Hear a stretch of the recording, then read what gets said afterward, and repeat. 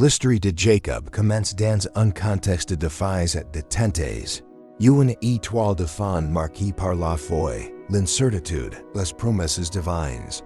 Dans le livre de la Genèse chapitre 25, nous rencontrons Isaac et Rebecca, un couple profondément enraciné dans les promesses de Dieu, mais confronté à une réalité difficile, l'incapacité de concevoir un enfant.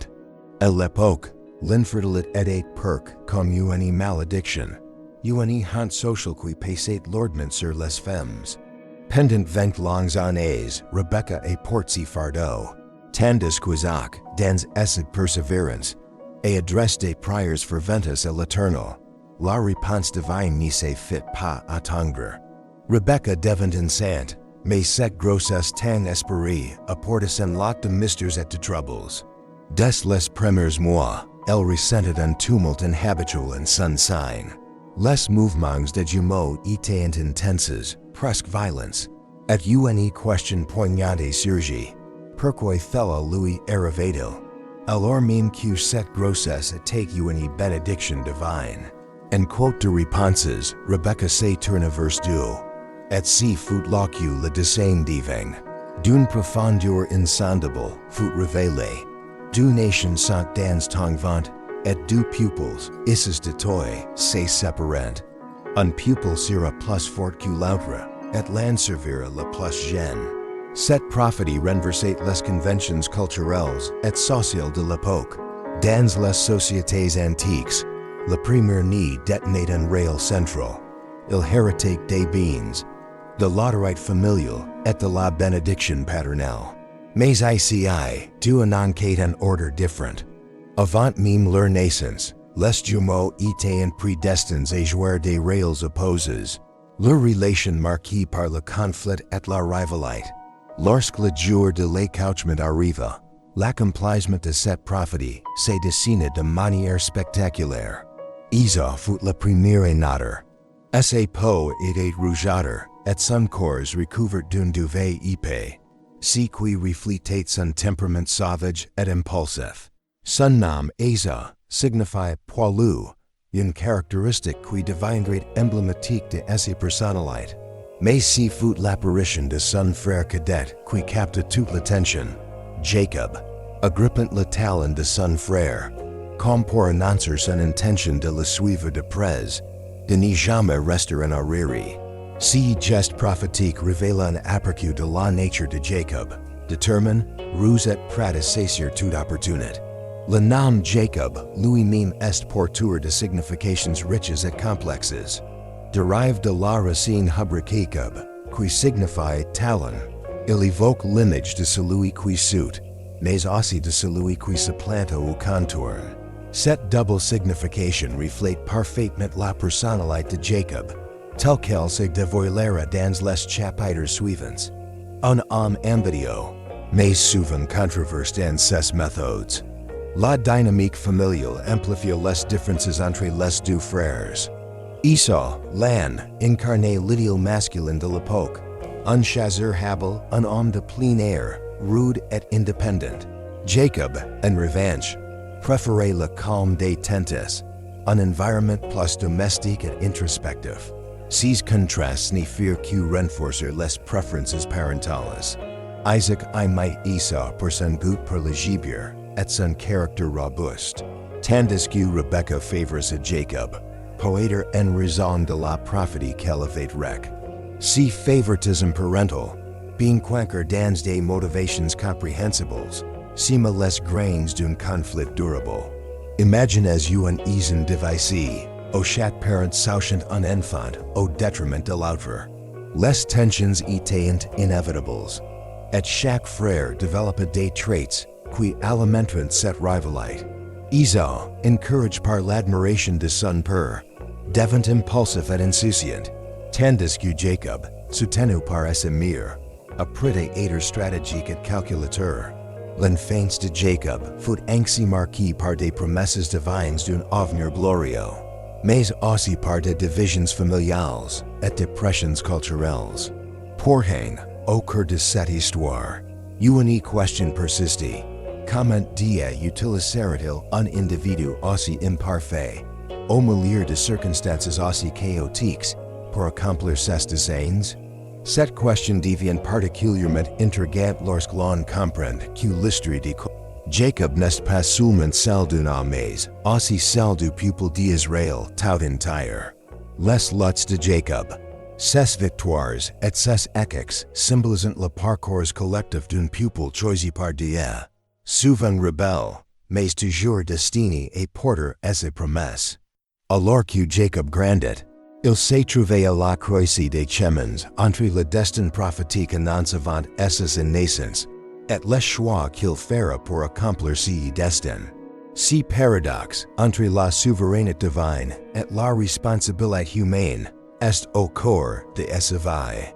Et c'est précisément cette tension qui rend son récit si captivant. À ce stade de l'histoire, nous ne pouvons qu'imaginer les dilemmes intérieurs de Jacob. Est-il conscient de son rôle prophétique? Ressent-il le poids des attentes de sa mère ou la désapprobation silencieuse de son père? Ces questions ajoutent une profondeur psychologique et un personnage déjà riche en complexité. Alors que nous approchons des événements clés de Esaü, la question demeure: Jacob s'élèvera-t-il à la hauteur de son appel divin, ou sera-t-il entraîné par ses défauts humains? L'histoire commence à prendre forme, et les choix qu'il fera changeront non seulement son destin, mais aussi celui des générations à venir. Dans cette exploration de l'origine et de l'appel de Jacob, nous avons un avant-goût de la profondeur de ces transformations à venir. Mais si n'est que le début. La route qui l'attend est semée d'embûches, de ruses, de luttes et, surtout, d'une quête incessante pour comprendre et embrasser le plan de Dieu pour Esaü. Et tandis que nous laissons ce premier chapitre derrière nous, une chose est certaine: Jacob ne nous laissera pas indifférents. Esaü est une invitation à réfléchir sur nos propres luttes, nos ambitions et notre relation avec le divin. La suite promet d'être à la fois tumultueuse et éclairante. Prêt à découvrir comment Jacob naviguera entre ruse et foi? L'histoire n'est faite que commencer.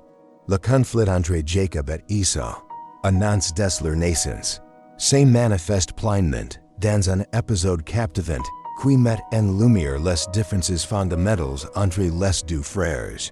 Cet événement, relate dans la Genèse 25 to 29 to 34, semble à première vue anodin, un échange entre deux frères, l'un femme et l'autre en position de négocier. Porting cet acte marque un tournant décisif, tant dans leur relation que dans l'accomplissement des promesses divines. L'histoire commence avec Esaü revenant des champs après une longue journée de chasse. Fatigué et faim, il aperçoit Jacob préparant un ragoût rougeâtre et perfume. Attiré par la skein et poussé par ses femmes, Esaü demande à son frère de lui donner à manger. À ce moment précis, Jacob voit une opportunité. Plaidoit de céder immédiatement à la demande de son frère. Il pose une condition: vends-moi d'abord ton droitesse. Le droitesse, dans la culture ancienne, n'était pas un simple privilège familial. C'était une position de prééminence, un statut honorifique et une irresponsabilité sacrée. Les fils Annie héritaient de la majeure partie des biens de la famille, mais il assumait également le rôle de chef de clan, garantissant la continuité des bénédictions et des promesses divines. Pour Esaü, cependant, ces concepts semblant abstraits et lointains face à la fame immédiate qu'il ressentait. Esaü réponse, empreinte d'impulsivité, révèle un caractère dominé par l'instinct. Je suis sur le point de mourir. Et quoi me sur le droitesse? Cette exclamation, bien que probablement exagérée, illustre sa propension à prioriser ses besoins physiques sur les valeurs spirituelles et les responsabilités long terme.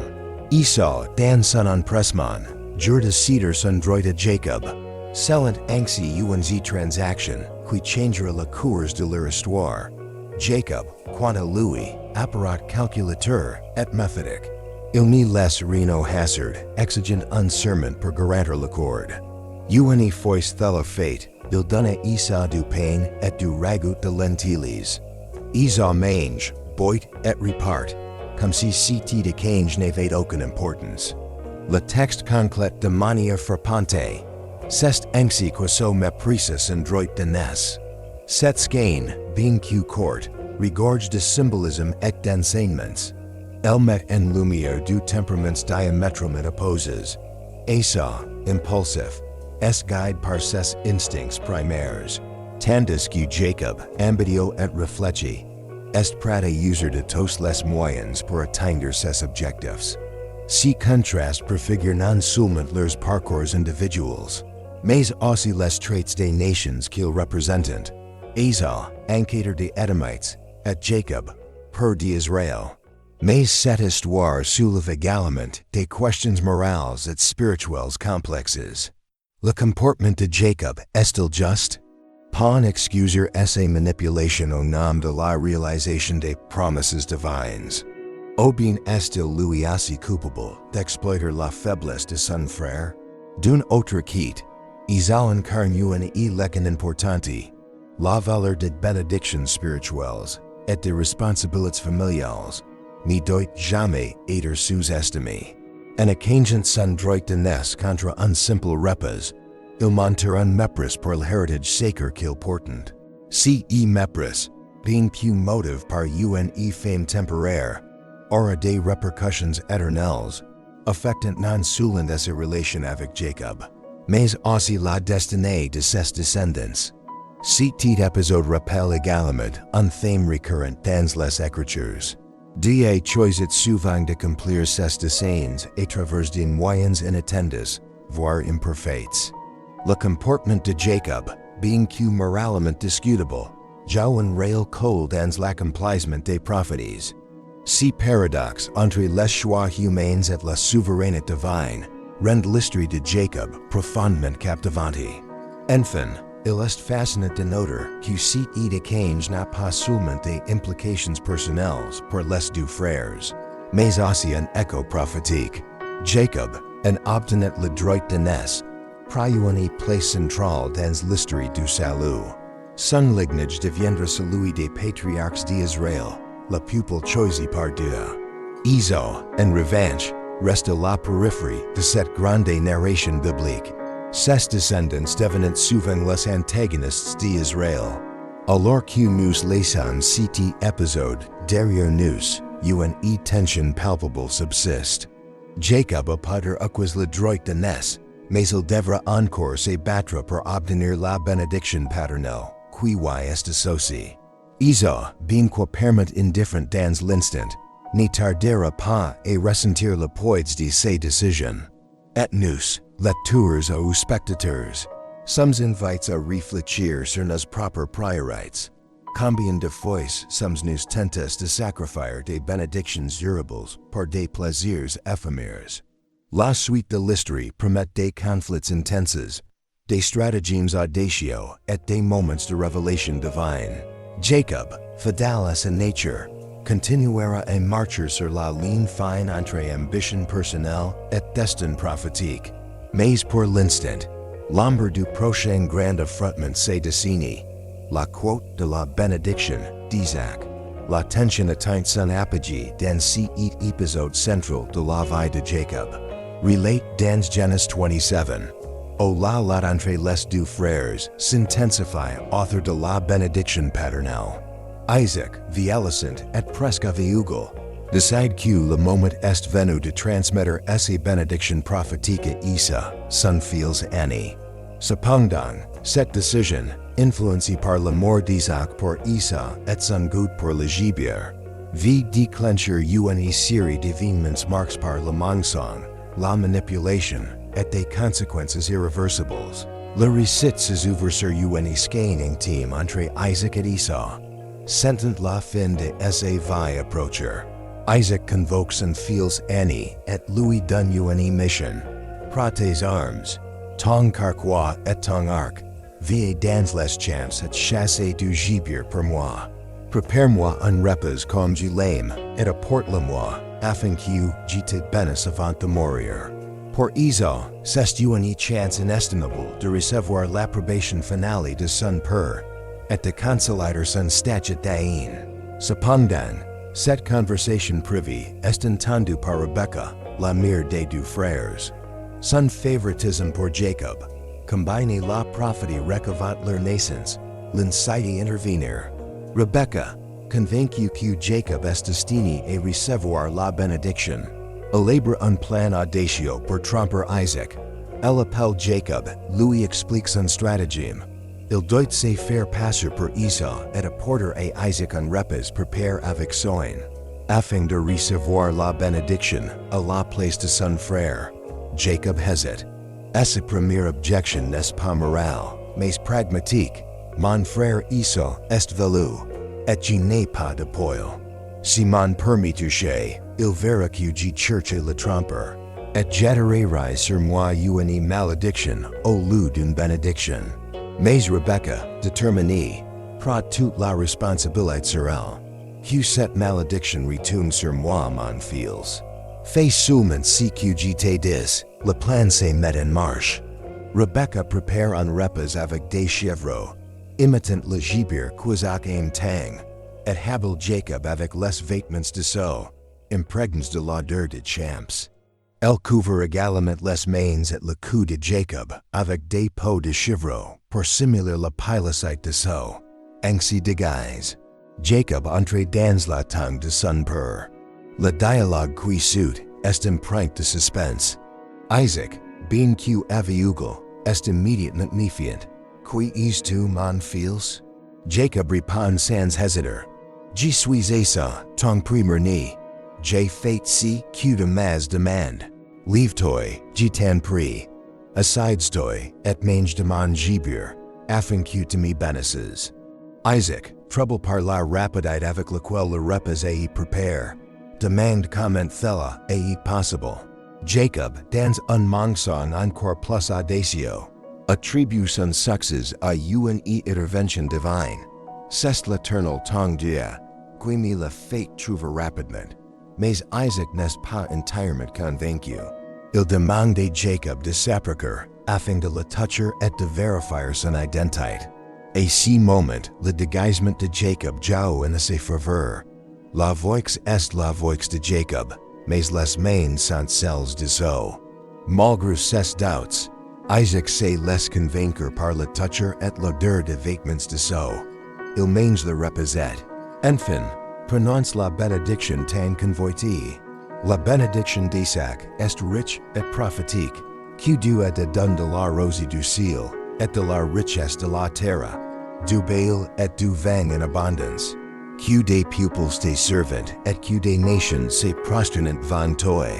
Sois la mère de tes frères, et que les fils de ta mère se prosternent devant toi. Maudit soit celui qui te maudira, et béni soit celui qui te bénira. Cette bénédiction, bien plus que simple sujet paternel, est une déclaration prophétique irrévocable, conférant prospérité, autorité et protection divine à Jacob. Elle son destin en tant qu'héritier des promesses faites à Abraham et Isaac. Peu après, Esaü revient de la chasse, préparant avec enthousiasme le repas pour son père. Lorsque Isaac réalise la supercherie, la scène est empreinte d'émotion et de tragédie. Isaac, tremblant de colère et de confusion, déclare: Qui était donc celui qui m'a apporté du gibber avant toi? Je l'ai béni, et il sera béni. Esaü, en apprenant la nouvelle, pousse un cri déchirant: Bénis-moi aussi, mon père. Bénis-moi, moi aussi. Mais Isaac, lai par les lois spirituelles de la bénédiction, n'est pas revenu en arrière. Esaü recueille une bénédiction secondaire, bien moins glorieuse. Ta demeure sera privée de la richesse de la terre et de la rosée du ciel d'en haut. Tu vivras de ton épée, et tu serviras ton frère. Mais, lorsque te révolteras, tu briseras un joug de ton cou. La douleur d'Esaü se transforme rapidement en haine. Il jure de se venger de Jacob dès que leur père sera mort. Les jours de duel pour mon père approchant. Alors je tuerai mon frère Jacob. Rebecca, Infirmida sees menaces, agit rapidement. El convainc Isaac d'envoyer Jacob a Haran, chez son frère Laban, sus prétexte trouver une papaus parmi leur famille. Cet épisode, bien que centre sur une ruse, met en lumière des themes universels. La lutte pour l'approbation parentale, le poids des prophéties, et les tensions entre ambition humaine et dessein divin, sont autant d'éléments qui résonnent profondément. Jacob, bien que victorieux dans l'immédiat, est contraint de fuir. Laissant derrière lui une famille divisée et un frère consumé par la colère. Alors que Jacob s'éloigne de sa maison pour la première fois, il est chargé de bénédictions, mais aussi de culpabilité et d'incertitude. La route vers Haran marque le début d'une transformation spirituelle, qui le mènera à redéfinir non seulement son identité, mais aussi sa relation avec Dieu. Cependant, pour l'instant, il n'est qu'homme en fuite, poursuivi par les conséquences de ses actions et par l'ombre de son passé.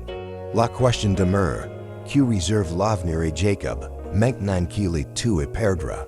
La prochaine étape de son voyage s'y annonce à la fois perilous et révélatrice. Après le tumulte provoqué par la bénédiction volée, Jacob, désormais porteur d'un héritage divin, doit fuir pour accaparer la colère de son frère Esaü. Si départ précipité n'est pas seulement une faute physique, mais le début d'une transformation spirituelle et personnelle.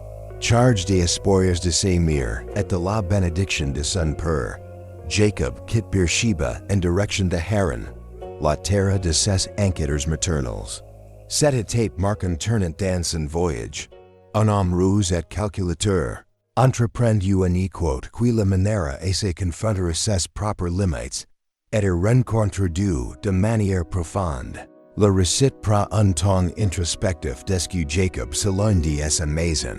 Pour la première fois, il est seul, sans le soutien protecteur de ses mères ou les conflits familiaux qui rythment son quotidien. L'ennui tombe alors qu'il atteint un endroit isolé. Sans toit pour se couvrir, il utilise une pierre comme auréole et s'endort sous le ciel de toile. Dans cette vulnérabilité totale, Dieu choisit de se révéler à lui. See moment est relate dans Genesis 28 to 12 to 15. Jacob fait un rêve saisissant. Il voit une échelle, ou un escalier, reliant la terre au ciel. D'un montant et descendant, symbolisant une connexion directe entre le monde humain et le divin. Au sommet de cette échelle, l'Éternel lui-même apparaît et s'adresse à Jacob. Je suis l'Éternel.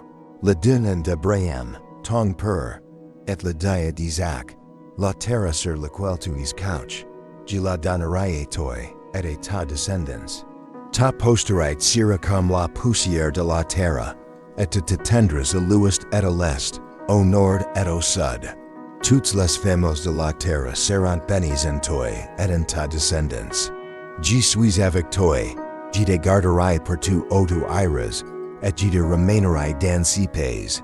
Car je ne t'abandonnerai pas jusqu'à ce que j'ai accompli ce que je t'ai promis. Si grieve, souvent appelle le sang de l'échelle de Jacob, est riche en symboles et en implications. L'échelle représente le lien constant entre Dieu et l'humanité, un pont entre le ciel et la terre. Les années qui montent et descendent illustrent l'action continue de dans le monde, guidant et protégeant. Mais ce qui frappe le plus dans ce passage, c'est la promesse renouvelée. Dieu confirme à Jacob les bénédictions faites à Abraham et Isaac, garantissant non seulement la possession de la terre, mais aussi une descendance nombreuse et une mission universelle de bénédiction pour toutes les nations. Lorsque Jacob se réveille, il est saisi de crainte et de révérence.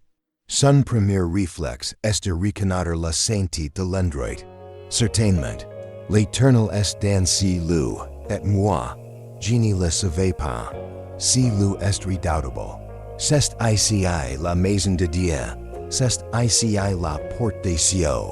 En réponse à cette rencontre divine, Jacob pra la pierre, qui lui avait servi d'oreiller.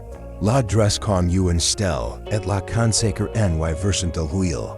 Il nama si lu Bethel, qui signifie maison de Dieu. Cependant, Jacob ne se content pas de reconnaître la présence de Dieu. Il fait en vous. Marquant le début d'une relation personnelle avec l'Éternel.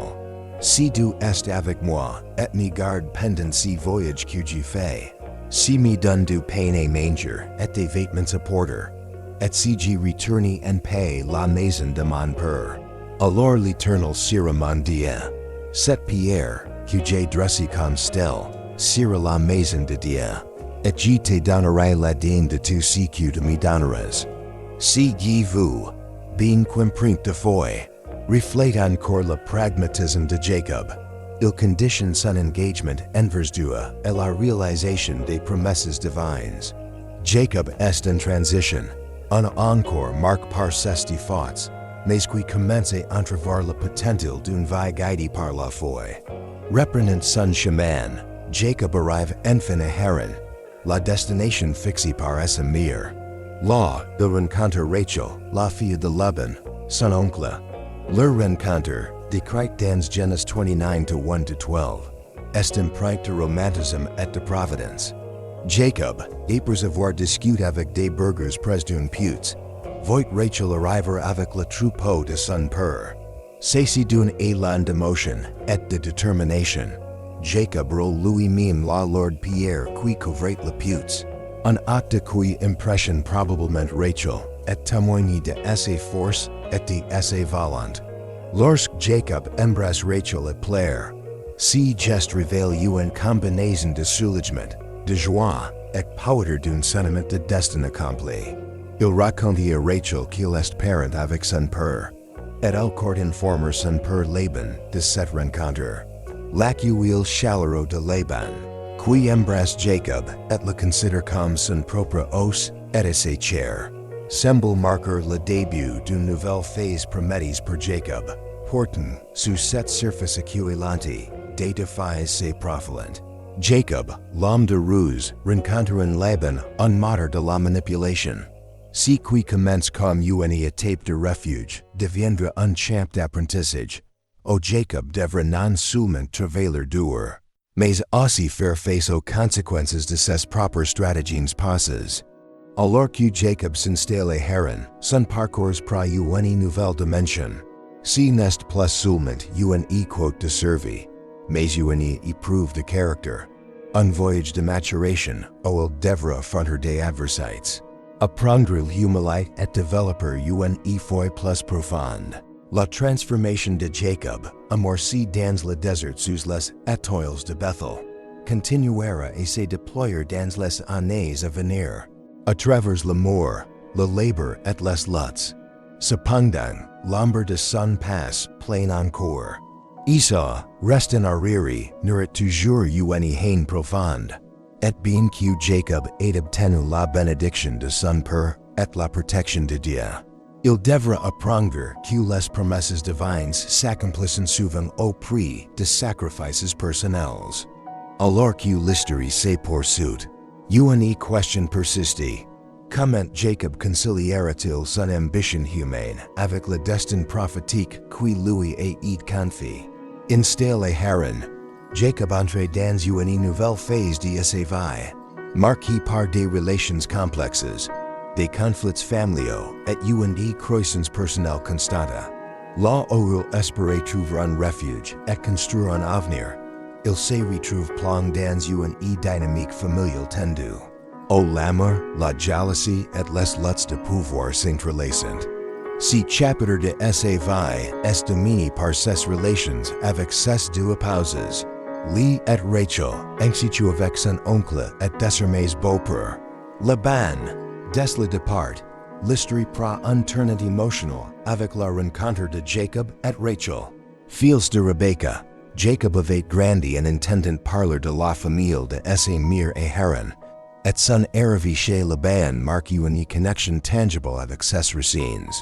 Rachel, jeune et belle, capture immédiatement le cœur de Jacob, plein d'enthousiasme d'amour. Il propose à Laban un accord. travailleurs sept années en échange de la main de Rachel. Si qui frappe ici, c'est l'intensité des sentiments de Jacob. Si sept années lui pururent comme quelques jours. Tang il les mate. Cependant, cette histoire d'amour idyllique est bien éclipsée par un acte de tromperie magistral. Le jour de son mariage, Laban remplace Rachel par Esaü sur Ani li. Sous prétexte que, selon les coutumes locales, la cadette n'y peut se marier avant l'année. Jacob, qui avait trompé son propre père des années auparavant, devient lui-même victime de la ruse. Si renversement ironiquement poétique montre que les actions passées de Jacob continuent et les poursuivre. Furieux mais toujours déterminé épouser Rachel, Jacob accepte de travailler sept années supplémentaires. Ainsi commence une vie maritale inhabituelle attendue, où Jacob partage son affection entre deux sœurs. Cette situation sème rapidement la discorde. Leah, bien que rejetée par Jacob, est féconde d'une naissance et plusieurs enfants. Reuben, Simeon, Levi et Judah. Chaque naissance est accompagnée d'un cri du cœur de Léa, qui espère désespérément gagner l'amour de son mari. Par exemple, après la naissance de Reuben, elle déclare, l'Éternel est vu mon humiliation, maintenant, mon mari m'aimera. Mais l'amour de Jacob reste majoritairement réservé à Rachel. Rachel, en revanche, fait face à l'épreuve de la stérilité. Une condition particulièrement douloureuse dans une culture où la maternité était synonyme de statut et de bénédiction. Jalouse de Esaü sur, elle s'inscrit en jure Jacob, donne-lui des enfants, ô gemeurs. Si cri passion reflète non seulement sa détresse personnelle, mais aussi la pression sociale et culturelle qui pèse sur elle. Jacob, irrité, lui répond, suis-je à la place de Dieu, qui t'ai empêché d'avoir des enfants? Dans un geste désespéré, Rachel offre à ses servantes Bilhah et Jacob comme mire de substitution. Bilhah donne naissance à deux fils, Dan et Naphtali, que Rachel revendique comme les siens. Léa, voyant qu'elle n'y concoit plus, imite ses sœurs et donne également à ses servantes Zilpah et Jacob. De cette union naissante, Gad et Asher. Cette compétition pour la maternité devient une lutte symbolique pour l'amour et la reconnaissance. Chaque naissance est célébrée comme une victoire personnelle. Finalement, Dieu se souvient de Rachel et lui accorde un fils Joseph, dont le nom signifie que l'Éternel m'ajoute un autre fils. Cette naissance marque une étape importante dans la vie de Rachel et de Jacob. Joseph, étant le premier fils de Rachel, devient naturellement le favori de Jacob, ce qui n'y fait qu'alimenter les tensions familiales futures. Parallèlement aux conflits entre Léa et Rachel, Jacob doit gérer une relation tumultueuse avec Laban. Après 14 années de travail, Jacob décide qu'il est temps de bâtir sa propre fortune.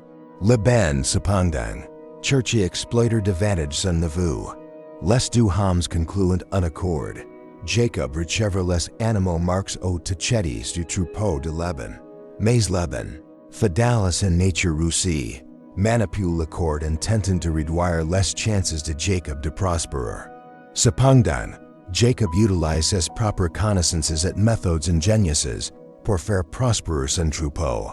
Grâce à des techniques de reproduction astucieuses, ô punter, par une bénédiction divine, Jacob voit ses troupeaux croître considérablement, tandis que ceux de Laban diminuent.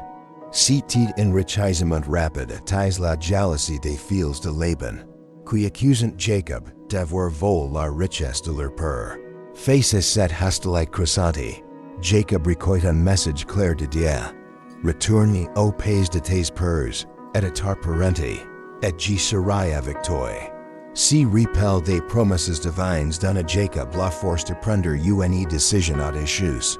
Il rassemble ses familles et ses biens, et part en secret, quittant Haran pour retourner dans la terre promise. Si départ marque la fin d'un chapitre long et tumultueux de la vie de Jacob. 6 années passées à Haran la transforme.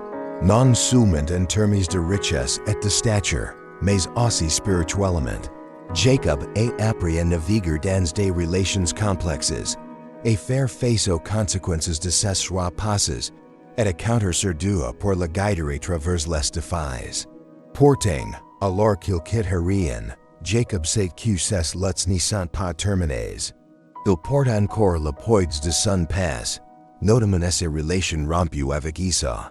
Alors qu'il s'approche de la frontière de son ancienne maison, une question cruciale demeure. Comment Jacob affrontera-t-il le frère qu'il a trahi? La réconciliation est-elle possible? Ou le conflit reprendra-t-il de plus belle? La route vers la rédemption est encore longue, et Jacob devra une fois de plus faire preuve de foi, de courage et de ruse pour affronter ce qui l'attend.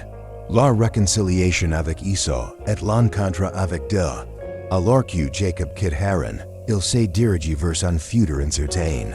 Bien qu'il ait prospère matériellement, une père ancien hante son esprit, celle de retrouver Esaü, son frère qu'il a 30 années auparavant.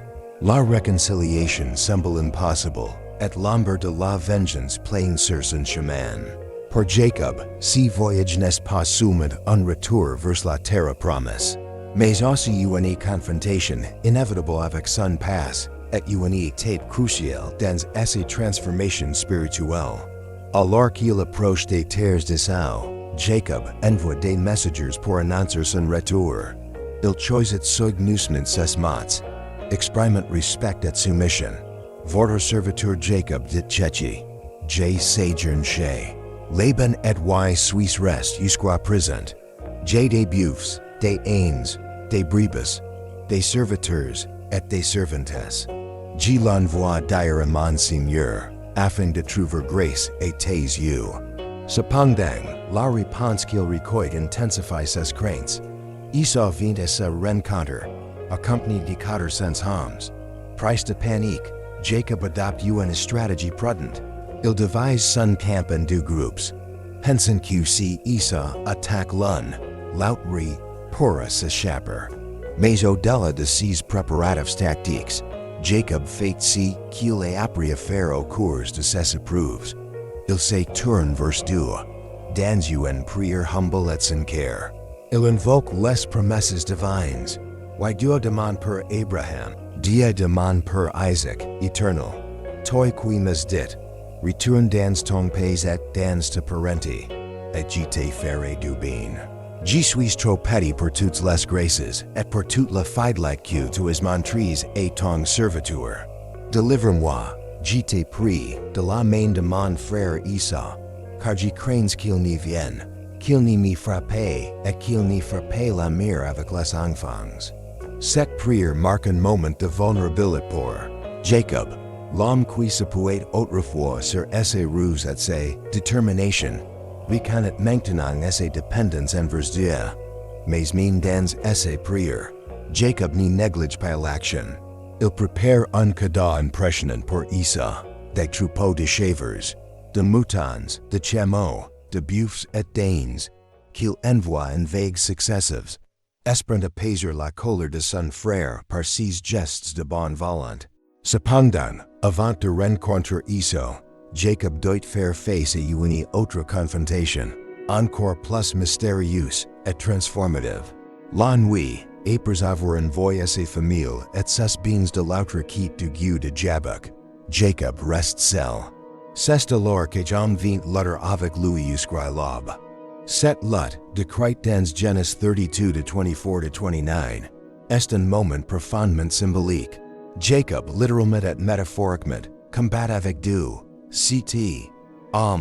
Q. De nombreux commentateurs identifient comme une manifestation divine ou un ange. Bless Jacob en lui débotant la hanche, mais Jacob refuse d'abandonner. Je ne te laisserai point aller.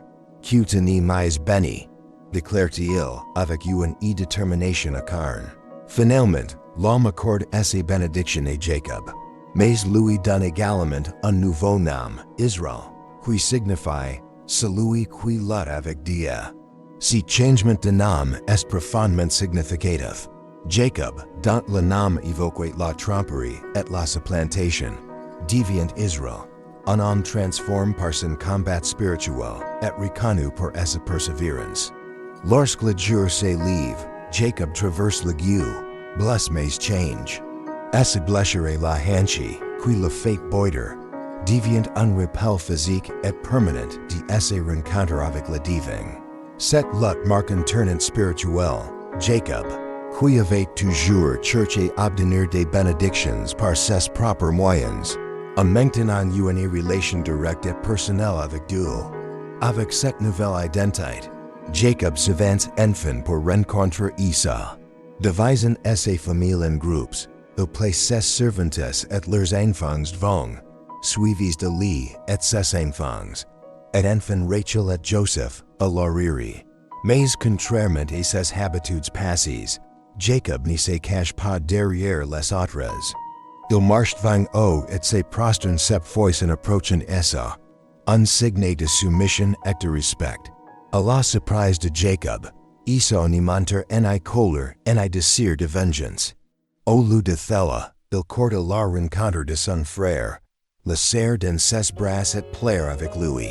Cette scène, empreinte d'émotion, est l'un des moments les plus puissants de réconciliation dans la Bible. Malgré les années de séparation et la trace en passé, Esaü choisit de pardonner. Le dialogue qui suit reflète la générosité des frères. Esaü, touché par les cadeaux de Jacob, refuse d'abord de les accepter, affirmant qu'il a déjà suffisamment de biens. Mais Jacob insiste, voyant dans ses échanges un moyen d'assurer la paix et de témoigner de ses gratitudes. Accepte donc mon présent, car c'est pour cela que je l'y apporte, afin de trouver grâce à tes yeux. Accepte-le, je t'ai pris, comme on accepte ce qui vient de Dieu, car Dieu m'a comblé de ses bienfaits, et j'ai tout ce qu'il me faut. Finalement, Esaü accepte les présents, et les deux frères se séparent en paix. Cependant, Jacob, fidèle et son caractère prudent, choisit de ne pas suivre Esaü jusqu'à Seir, malgré l'invitation de ce dernier. Au lieu de cela, il s'établit à Sucos, puis à Shechem, marquant le début d'une nouvelle phase de sa vie. Cette rencontre avec Esaü, tout comme la lutte avec l'âne, illustre la transformation de Jacob. Le trompeur qui fouette les conséquences de ses actes est devenu un homme capable de chercher la paix, de faire preuve d'humilité et de reconnaître l'action de Dieu dans sa vie. Mais même si cette réconciliation apporte un soulagement temporaire, Jacob n'est pas encore au bout de ses épreuves. La paix retrouvée avec Esaü ouvre la voie à de nouveaux défis, notamment sous les et ses enfants et à son rail en tant que patriarque. Ainsi, la route de Jacob au plat d'Israël continue. Chaque étape, qu'elle soit marquée par des luttes ou des victoires, les rapproche de sa destinée, devenir le père d'un pupille choisi par Dieu. Après la réconciliation émouvante avec Esaü, Jacob, désormais connu sous le nom d'Israël, semble entrer dans une phase de stabilité. Pourtant, sa vie reste marquée par des épreuves complexes qui mettront à l'épreuve sa foi. Sa sagesse et son rail de patriarque, ces événements, souvent tragiques, s'inscrivent dans un contexte où les promesses divines continuent de s'accomplir, mais traversent les souffrances et les tensions familiales. L'un des épisodes les plus sombres de cette période concerne sa fille Dinah. En Genèse 34, Dinah, fille de Lee, vit visiter les femmes du pays de Shechem, où Jacob et sa famille se sont établis. Là, elle est violée par Shechem, le fils du chef local Hammer. Ce crime provoque un de choc au sein de la famille de Jacob. Shechem, being quoted de cette violence, exprime un désir sincère de pauser Dinah et demande son père de négocier avec Jacob. La réaction des fils de Jacob est immédiate et intense.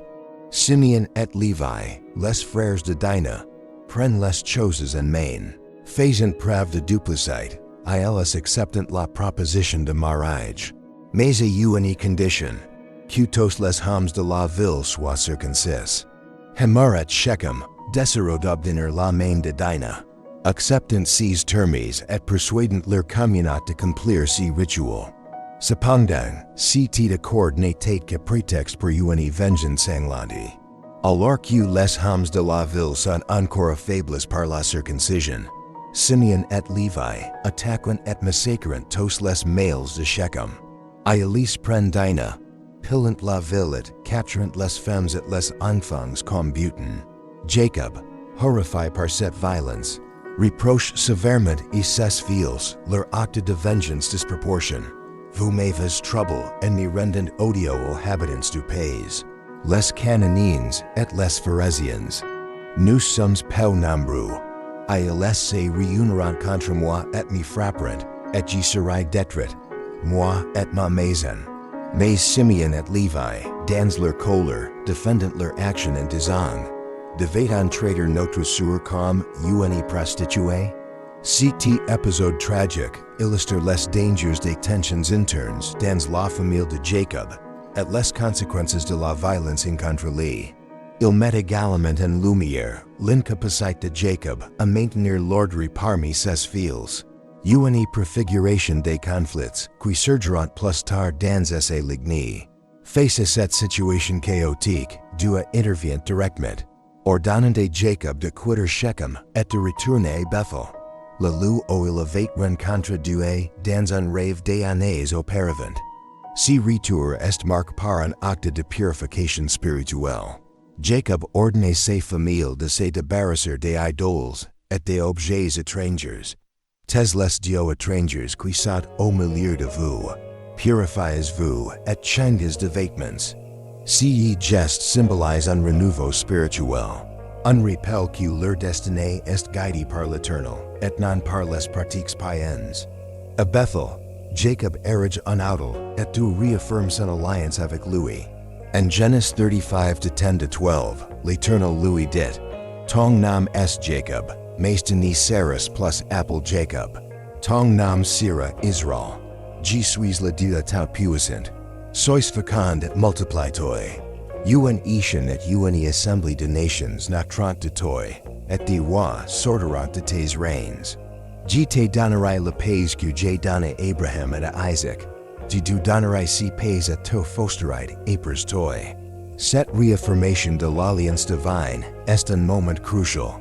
Malgré les épreuves, Dieu reste fidèle à ses promesses.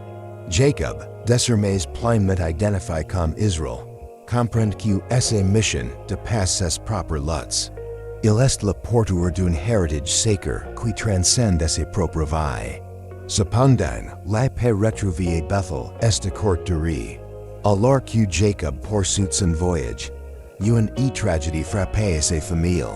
Rachel, sa bien-aimée, entre en travail alors qu'il approche d'Ephrata, Bethléem. L'accouchement est difficile, et Rachel, en donnant naissance à son deuxième fils, Benjamin, rend son dernier souffle. Ces derniers mots, en nommant l'enfant Benoni, fils de ma douleur, reflétant l'intensité de ses souffrances. Mais Jacob, dans un acte de foi et de résilience, renomme l'enfant Benjamin, fils de ma droite, un signe d'espoir au milieu de la perte. Rachel est enterrée près de Bethléem, et Jacob érige un monument sur sa tombe. Un geste de souvenir et d'amour éternel pour la femme qu'il avait tant chérie. Cette perte marque un tournant émotionnel pour Jacob, renforçant encore plus son attachement à Benjamin, qui devient un symbole vivant de Rachel. Peu de temps après, un autre événement vint troubler la famille. Reuben, le fils aîné de Jacob et Lee, commet un acte de trahison en couchant avec Bila, la concubine de son père. Cet acte, mentionné brièvement dans Genèse 35-22, a des répercussions durables. Bien que Jacob n'intervienne pas immédiatement, ce comportement de Reuben lui coûtera plus tard son droitesse. Malgré ces drames personnels et familiaux, Jacob poursuit sa route et retourne à Hebron, chez son père Isaac. Cette réunion marque un moment de paix temporaire, mais aussi la fin d'une époque. Isaac, âgé de 180 ans, meurt et est enterré par ses deux fils, Jacob et Esaü. Set skein monter une foiste plus une trave entre les frères. Un bref éclat d'unite familial au milieu des divisions. Les approuves que traverse Jacob, pendant cette période, révélant une vérité fondamentale. Même les porteurs des promesses divines, ne sont pas exempts de douleur, de perte ou de conflits. Ces défis font partie intégrante de la formation de leur caractère et de leur foi. Jacob, malgré ses luttes personnelles, reste un symbole de persévérance et de transformation. Un homme facon par la main de Dieu et traverse les épreuves de la vie. Mais alors que Jacob semble retrouver une certaine stabilité, une nouvelle génération commence à émerger, porteuse de tensions et de rivalités qui bouleverseront à nouveau ses familles. Parmi ses fils, un certain Joseph s'est distingué, avalant l'amour profond de son père, mais aussi la jalousie féroce de ses frères. La suite de l'histoire de Jacob est intimement liée au destin de ses fils préférés. Dans les rêves et les épreuves, redéfiniront l'avenir de la famille et réaliseront les promesses divines. Alors que Jacob vieillit, l'histoire prend un nouveau tournant, centre author de ses fils et des conflits qui émergent au sein de la prochaine génération. Au cœur de cette dynamique s'est trouvé Joseph, le fils préféré de Jacob, né de Rachel, et sa bien-aimée. Ce favoritisme, bien que compréhensible compte tenu de l'histoire de Jacob et Rachel, devient une source de tensions profondes qui menacent de détruire la famille. Joseph, doté d'un caractère rêveur et d'un esprit ambitieux, attire rapidement l'attention de ses frères pour des raisons malheureuses. Jacob, manifestant ouvertement son amour pour Joseph, lui offre une tunique richement ornée, souvent appelée la tunique de plusieurs couleurs. Ce cadeau, symbole de son affection particulière, devient un catalyseur de la jalousie des autres frères. Cette jalousie s'intensifie lorsque Joseph partage du rêves prophétiques, dans lesquels il se voit en position de domination sur sa famille. Dans le premier rêve, les gerbes de bol de ses frères s'inclinent vers la sienne. Dans le second, le soleil, la lune et 11 étoiles se prosternent vers lui. Ces visions, bien qu'elles soient une révélation divine de l'avenir, exacerbent l'animosité de ses frères. Ils le perçoivent comme arrogant et insupportable, et leur jalousie se transforme en haine. Allons-nous nous prosterner devant toi? Lui demandent-ils avec mépris. Mais Jacob, bien qu'affectionné Joseph, semble perplexe face à ses rêves. Mais au garde ses paroles en mémoire, peut-être conscient que Dieu a un plan spécial pour ses fils. Cette tension culmine lorsqu'un jour, Joseph est envoyé par Jacob pour vérifier les activités de ses frères dans les champs. En le voyant arriver, ses frères complotent contre lui. Voici le faiseur de rêves. Descend-ils avec un ton charge de moquerie. Leur intention initiale est radicale, tuer Joseph et faire croire à un accident. Mais Reuben, l'un intervient pour empêcher ce meurtre, proposant de le jeter dans une citerne vide. Il espère secrètement revenir plus tard pour le sauver. Cependant, avant que Reuben ne puisse agir, les autres frères voyant une opportunité inattendue. Une caravane d'Ismaélites passe par là, se rendant en Égypte. Judas, toujours pragmatique, propose une autre solution. Vendre Joseph comme esclave. Que gagnons nous et le tueur. Vendons le plottet, car il est notre frère, notre propriétaire. Cette décision est la fois cruelle et calculée. Joseph est vendu pour 20 pieces d'argent.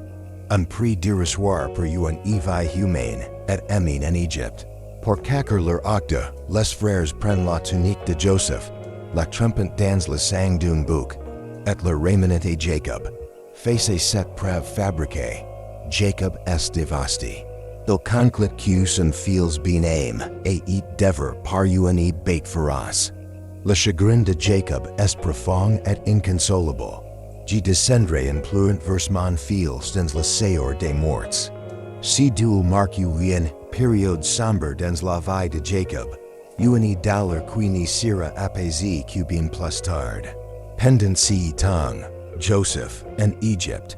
Poste de l'esclavage a uni position de pouvoir, grace et sagesse, son intégrite, et la faveur de Dieu. A travers uni série d'événements extraordinaires. Il devient le gouverneur de l'Égypte, chargé de gérer les réserves alimentaires lors d'une famine dévastatrice. Cette famine finit par toucher Canaan, o Jacob et ses familles vivantes. Dans un acte de nécessité, Jacob envoie ses fils en Égypte pour acheter du grain.